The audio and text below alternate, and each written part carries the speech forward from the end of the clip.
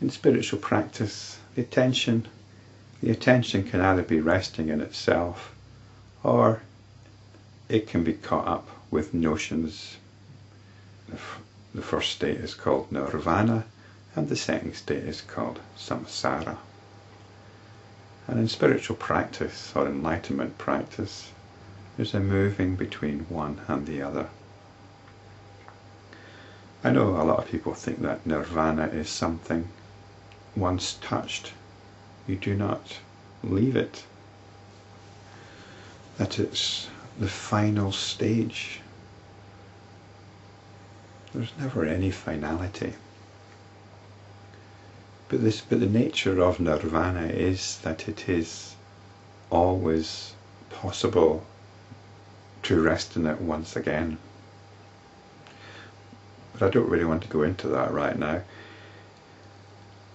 The other name for Nirvana and samsara is here described as Shiva and Kalaratri. And Kalaratri is doing her dance.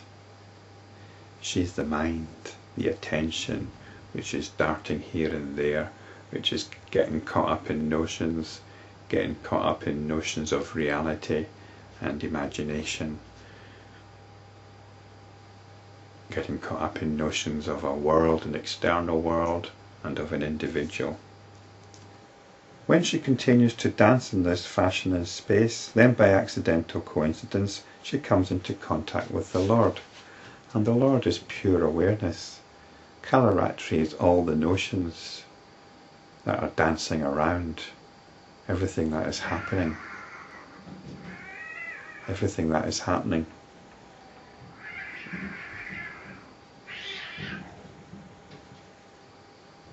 And it's just a coincidental thing, there's no rhyme nor reason to it.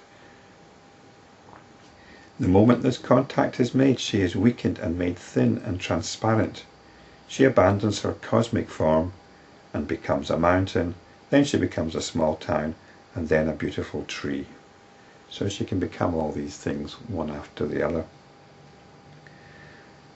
And her cosmic form is like the sea of quantum probabilities or possibilities. Everything's existing in potential, and then when awareness comes into the picture, a possibility is actualized.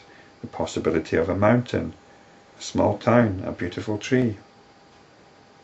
Then eventually she becomes like space, and lastly she becomes the form of the Lord himself, like the river entering the ocean. Then the Lord shines as one without a second. And this is what we usually call spiritual realization. This is when the mind realizes its own nature. This happens by coincidence, as when the crow alights on the coconut tree, and at the moment it touches a branch, a coconut falls off. So we make a connection. We say the crow landing on the branch caused the coconut to fall, but it didn't.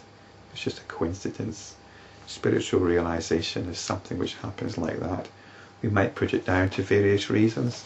We might say it was all spiritual practice we did, all the meditation we did, or it could just happen spontaneously. Maybe you had a trauma of some sort, or maybe you had a near miss and you almost died. This is how the mind works. It engages with its notions, and at some point it realizes its own nature as awareness. The awareness which is engaging with notions, and it's the awareness that is the reality. This is the Lord. Rama asked, "But holy sir, tell me why the Divine Mother thus becomes tranquil." In other words, how does spiritual realization happen? O Ram, it is the dynamic energy of consciousness that is known as Prakriti, Jaganmaya, etc. She is unperverted. This is not a bad thing. All these notions which arise in consciousness are not bad things. It's all perfectly natural. This is as it is. That which is superior to this energy is consciousness itself, which is the very self of consciousness, supreme peace. This is the Lord. This dynamic energy functions and moves as long as there is the momentum of the Lord's wish. The Lord doesn't actually have any wishes. This is just a way of talking. It's a way of saying everything is happening as it should happen, as it's natural for it to happen. In a way, she dances as long as she does not see the Lord. The dance continues until there's realization. The mind continues on its merry way until it has some realization of its own essence. Since consciousness and energy are inseparably one, the energy comes into contact with, becomes aware of the Lord, and becomes the Lord himself. This is the nature of this energy. It's the attention. Whatever the attention attends to, it becomes. When you turn your attention to something, that is all that is existing at that moment. If you're watching a television program or listening to a story, that's where your attention is. That becomes your reality for that particular moment. So that when the attention actually attends to itself, that's what it becomes once again, and that's the Lord. That is the Lord. When the Prakriti touches the Lord, she abandons the Prakritihood, the state of being movement. She merges in the Lord even as the river merges in the ocean. It's also like the wave on the ocean.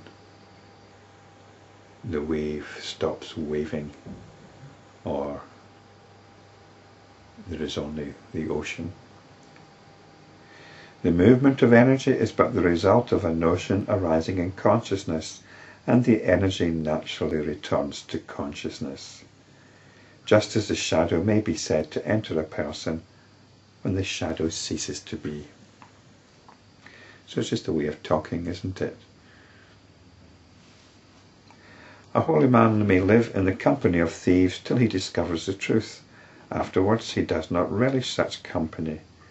Consciousness revels in duality till it sees its own self. The energy of consciousness dances until it beholds the glory of Nirvana.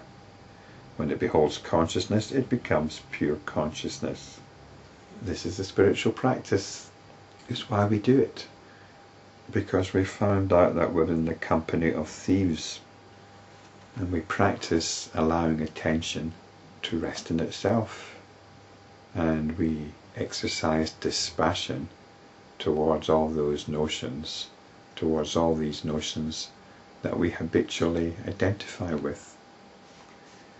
One roams this samsara with its birth and death, only till one beholds the Supreme.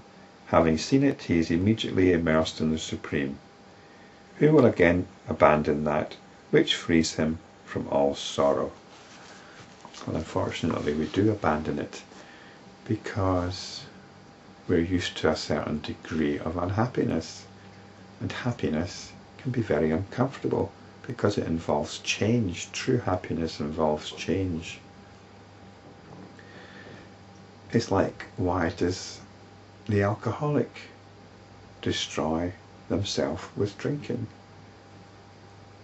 Why do they bring such sorrow on themselves? So we do abandon that which frees us from sorrow. And spiritual practice is about undermining that complete process and taking the opportunity to immerse oneself in the Supreme.